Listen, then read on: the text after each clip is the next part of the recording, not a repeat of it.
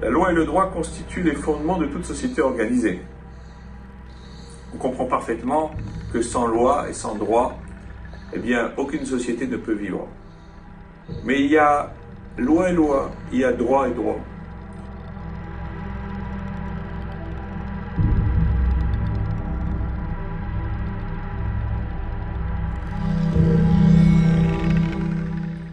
Il y a la loi et le droit qui proviennent de l'être humain, et il y a la loi et le droit qui sont d'inspiration divine. C'est ce que l'on appelle la halakha.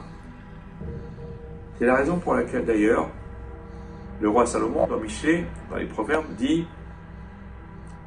Yodea tzadik nefesh be'emto, ve rachame reshaim arzar. Le juste connaît l'âme de son animal, mais la miséricorde de l'impie n'est que cruauté.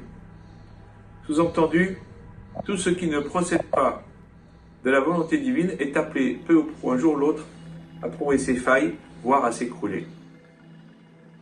L'effondrement de la société occidentale durant la Seconde Guerre mondiale, la Shoah et les années qui l'ont précédée, a bien prouvé que dans une société qui était faite de culture, de respect du droit, on a pu concocter des lois iniques qui ont permis de mettre toute une partie de la population, les Juifs en l'occurrence, au banc de la société.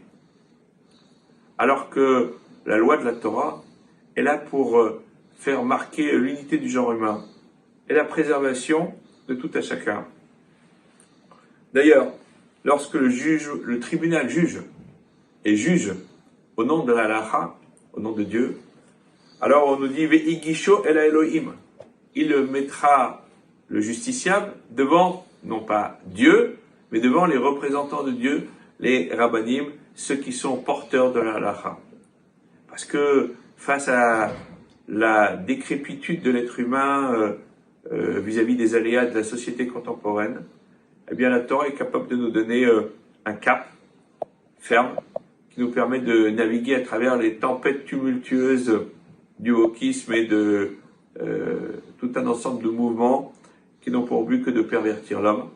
Bref, la Torah est là pour nous permettre de trouver notre chemin dans une société qui est contrastée et happée par des vents douloureux, des vents mauvais, et donc de nous permettre d'arriver à bon port. Shabbat Shalom.